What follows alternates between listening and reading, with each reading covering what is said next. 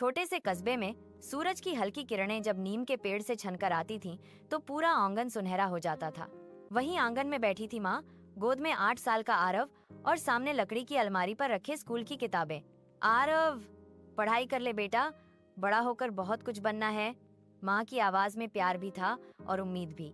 आरव शरारती हौंसी के साथ बोला, माँ, मैं तो बस तुम्हारे जैसा अच्छा बनना चाहता हूँ। माँ मुस्कुराई, अच्छा बनना सबसे बड़ा इंसान बनना होता है बेटा।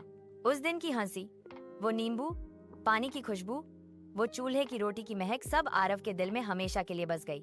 समय धीरे धीरे आगे बढ़ा। आरव अब 22 साल का हो चुका था, कॉलेज का सबसे होशियार और मेहनती लड़का, पढ़ाई में हमेशा अव्वल, लेकिन अब घर से दूर, शहर की चकाचौंध में खोया हुआ। माँ हर हफ्ते फोन करती, बेटा खाना ठीक से खाता है ना? हाँ माँ, सब ठीक है, थोड़ा दूध भी पी लिया कर। पर आरव अब व्यस्त था, कभी दोस्तों के साथ पार्टी, कभी प्रोजेक्ट, कभी मोबाइल। वो माँ की आवाज में छिपे अकेलेपन को नहीं सुन पाता था। एक दिन माँ का फोन नहीं आया। आरव ने सोचा शायद नेटवर्क नहीं होगा। 2 दिन बीते, फिर 4। आखिर उसने कॉल की, लेकिन किसी ने उठाया नहीं। 5वें दिन उसे अपने पड़ोसी का फोन आया, बेटा तुम्हारी माँ अस्पताल में है। आरव जैसे सुन्न हो गया, दिल की धड़कनें तेज, हाथ कांपते हुए। वो बस इतना ही सोच सका, काश मैंने कल बात कर ली होती। वो बस से गांव पहुंचा।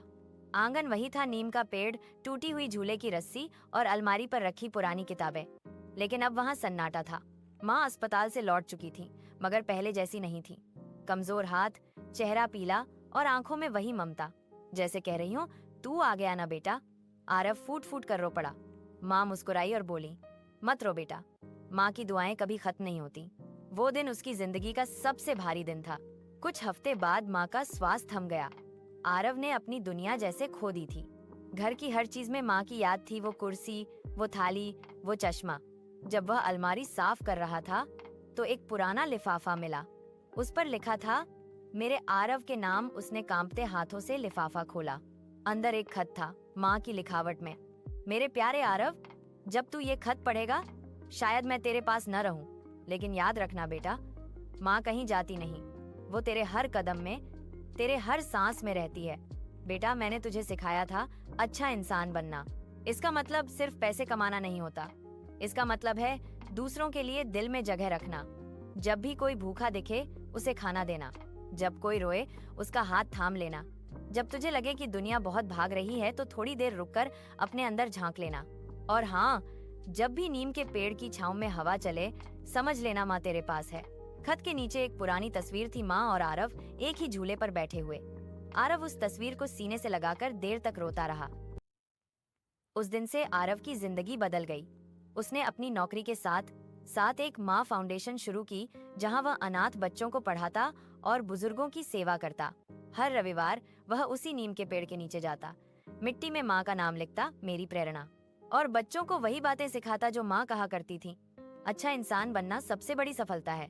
धीरे धीरे गांव में सब लोग उसे चांद की तरह चमकता बेटा कहने लगे।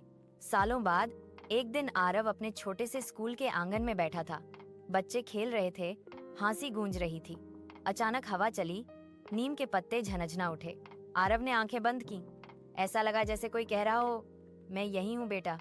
उसने मुस्कुराते हुए आसमान की ओर देखा। उसकी आंखों से एक आंसू गिरा, पर इस बार वह आंसू दुहक का नहीं, सुकून का था। जिंदगी फिर से चल पड़ी थी। पर हर सुबह जब सूरज की पहली किरण पेड़ की पत्तियों से टकराती, तो आरव को वही बचपन याद आ जाता।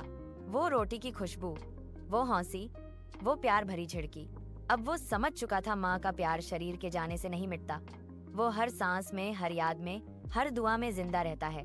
माँ का प्यार कभी खत्म नहीं होता, चाहे वो हमारे पास हो या दूर। उसकी दुआएं, उसकी सीख और उसका आशीर्वाद हमेशा हमारी जिंदगी को रोशनी देते हैं। माँ सिर्फ जन्म नहीं देती, वो हमें इंसान बनाती है।